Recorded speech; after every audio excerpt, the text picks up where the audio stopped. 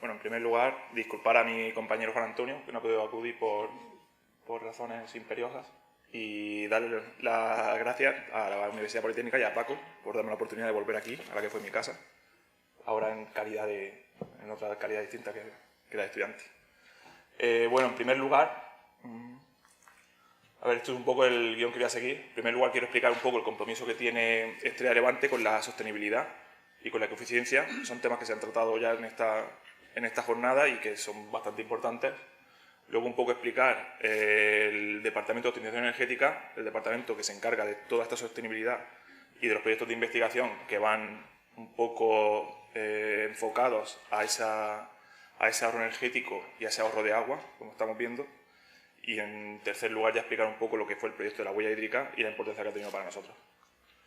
En primer lugar, decir que a finales de los 90, principios de 2000, Estrella de Levante se da cuenta de cuál es el camino que se debe seguir en la producción de cerveza, se da cuenta de que hay que trabajar por un producto más verde, por una eficiencia energética y un poco, no solo tanto producir cerveza, sino producir cerveza de una manera sostenible.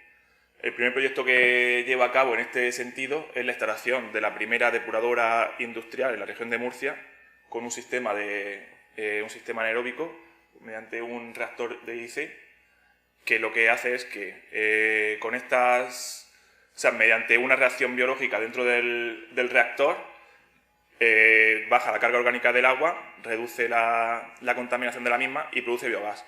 Este biogás se está utilizando en 3 microturbinas que tenemos para no solo hacer esta planta depuradora autosuficiente en cuanto a energía eléctrica, sino poder exportar a la red eléctrica. En este momento la planta depuradora de Estrella de Levante está vendiendo energía eléctrica a la red española.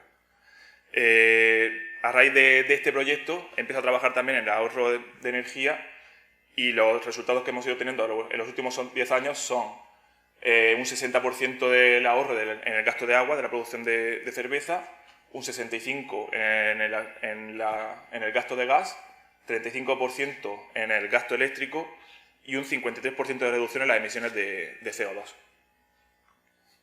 Un poco, los resultados de ese ahorro de ese 60% de agua es el equivalente, se ha conseguido ahorrar el equivalente a 7 días del consumo de toda la ciudad de Murcia.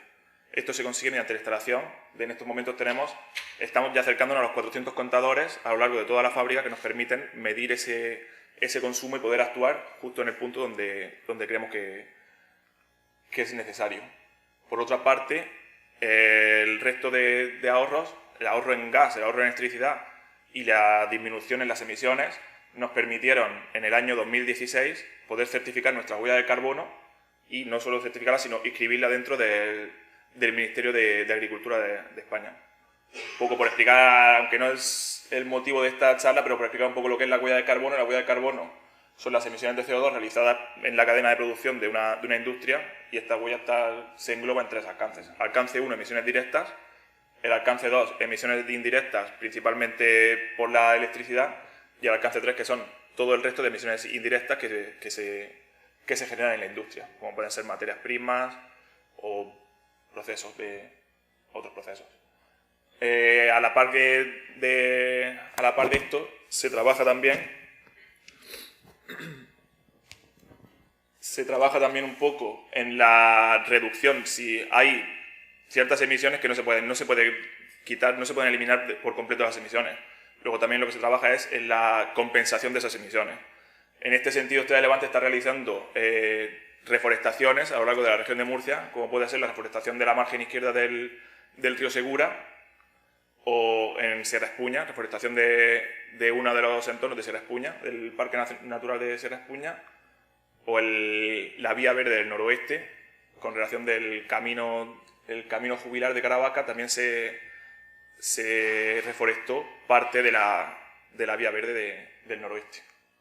Un poco también, por algún ejemplo más, en iluminación, por ejemplo, tenemos una de las naves de producción, está iluminada completamente por luz natural. No se ilumina en ningún momento por luz eléctrica. Esto también nos ayuda a ese desarrollo sostenible. Y seguimos trabajando en la economía circular. También se ha comentado por aquí ya en algún momento, pero lo que nosotros trabajamos es un poco en devolver al ciclo, devolver al entorno todos los inputs que estamos obteniendo de él. Entonces, de la misma forma en que cogemos cebada para poder producir la cerveza, esos subproductos de la cebada luego los podemos reorientar dentro de una cadena de subproductos para volver a meterlos dentro del medio dentro de la agricultura y poder aportarlos al suelo y que nos ayude a aumentar la producción de cebada. Otros subproductos como puede ser el bagazo o la levadura para alimentación animal, el CO2 se recupera y es el propio CO2 que tiene la botella de cerveza.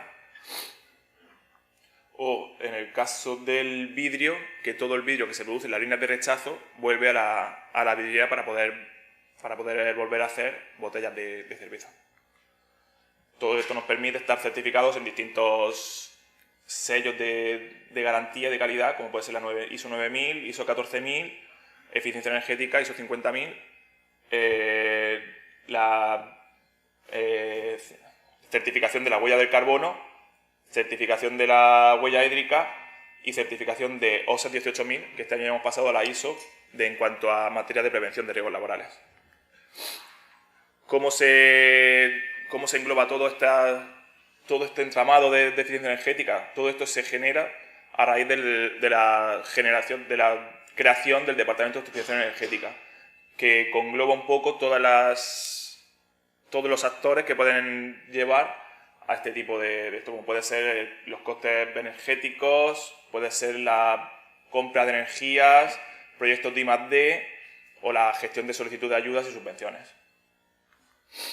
El Departamento de Optimización Energética trabaja tres objetivos fundamentales, como son el ahorro y la eficiencia, la generación de energías y compra de energías, y por otra parte los proyectos de I+D. En cuanto al ahorro y la eficiencia, lo que hace es, en primer lugar, con esos contadores que hemos dicho que tenemos instalados, medimos el consumo de energía que tiene toda la planta. El departamento se encarga de analizar esos datos que hemos obtenido en tiempo real, y una vez que hemos obtenido esos datos podemos sacar los ratios de consumo en la producción de cerveza y actuar en aquellos que se escapan un poco al consumo normal. En el caso de proyectos de I+D, esto es un ejemplo de los proyectos que han salido en los últimos años, que hemos liderado en los últimos años, y bueno, explico algunos de los que hay. Es decir, en 2011-2012, Estrella de Levante impulsó la creación de una planta biosostenible que lo que pretendía era coger sus productos de la industria agroalimentaria de toda la región de Murcia, meterlos en un digestor y en ese digestor producir biogás, que ese biogás pudiera ser utilizado bien para la generación de energía eléctrica, bien para el secado del bagazo, que es uno de los productos que tenemos, o como veremos en otro proyecto un poco más adelante, como combustible de los vehículos de recolección selectiva de basuras que tiene la región de Murcia. En materia de acuicultura, se estudió junto con la Universidad de Murcia la creación de una dieta para los peces con sus productos de la industria cervecera, y se demostró no solo su viabilidad como dietas, sino que estos subproductos actuaban como una especie de probiótico que mejoraba la viabilidad de los peces y disminuía la mortalidad de los alevines en producción acuícola. Retornando un poco a la economía circular, se desarrolló un proyecto con los digeridos que se obtenían de la planta biosostenible para volver a incorporarlos a los campos de cebada y aumentar así la producción de cebada en más de 1.500 kilos por hectárea mediante esta enmienda agronómica. Luego, la generación de biometano a partir del biogás de la planta biosostenible, ante un upgrading biológico y totalmente renovable, se conseguía pasar de un 50-60% de metano que tenía el biogás a un 99%, enriqueciéndolo así y pudiendo funcionar como combustible para vehículos. La digitalización de la industria, un poco la gestión documental y todo lo que viene siendo la industria 4.0 es uno de los campos fuertes ahora en los que está trabajando Estrella de Levante. Y por último, el cálculo de la huella hídrica, que es un poco el proyecto que nos trae aquí. La huella hídrica como tal es un indicador del uso en función de la producción en función de un producto. Tiene tres componentes principales, que son la huella hídrica verde, que sería el agua de la lluvia que se aporta al producto, la huella hídrica azul, que es el agua continental, tanto superficial como subterránea, que se usa para abastecer al proceso productivo. Y por último, la huella hídrica gris, que es la contaminación de ese agua. O sea, qué volumen de agua se contamina en ese proceso productivo. Un poco como curiosidad, la huella hídrica de un consumidor español media son 6.700 litros día, y se puede ver que prácticamente, si no todo, el 50% de la huella hídrica pertenece a productos de origen animal, como puede ser la carne con un 35%, la leche, los huevos o grasas animales. En realidad, la producción de frutas y hortícolas es una parte relativamente pequeña en relación a esta.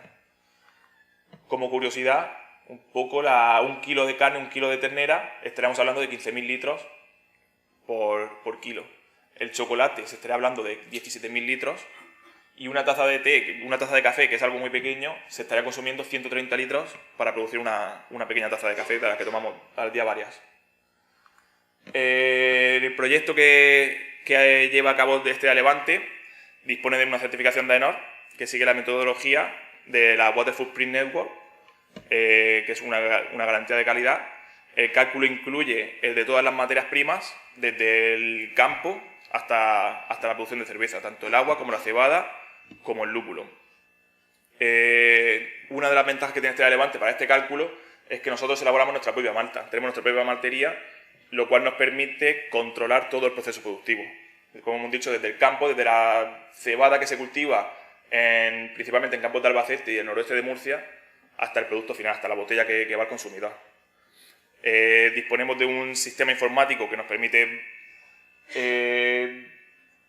permite controlar toda la trazabilidad de este producto, y así poder medir exactamente el consumo de agua en cada una de las fases y el origen de las materias.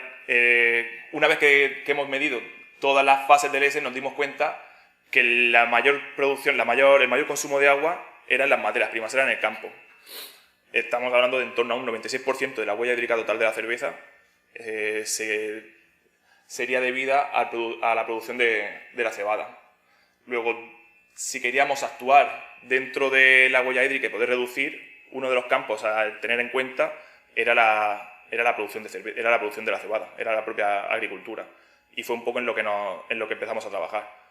La fábrica, como hemos visto, con esa instalación de contadores y ese nivel de control que tenemos, lo teníamos más o menos optimizado. Entonces tenemos que empezar a actuar un poco en el origen de la materia prima. Esta es la cadena de trazabilidad que tiene la cerveza, y empezamos por mediación del ITAP, del Instituto Técnico Agronómico de Albacete, de Interagresa y Estrella Levante, empezamos a trabajar, y de la Universidad Politécnica de Cartagena, empezamos a trabajar en un proyecto que era la optimización de la producción de cebada en los campos. Los actores que empezaron a trabajar, faltaría la Universidad Politécnica de Cartagena, que fue la que nos suministró los sensores hídricos que se conectaban en campo. Y en primer lugar empezamos aplicando los itinerarios técnicos para controlar la productividad y aumento de la rentabilidad, obtener un protocolo de calidad tecnológica conforme a las exigencias marcadas, calidad sanitaria, protección del medio ambiente, registros relativos de intervenciones realizadas y adecuación de las prácticas de cultivo para responder a estos objetivos. Se incorporaron sensores al campo, donde, como he mencionado antes, se demostró que el 97% de la huella hídrica eran las materias primas, y se empezó a trabajar en la optimización del agua del cultivo.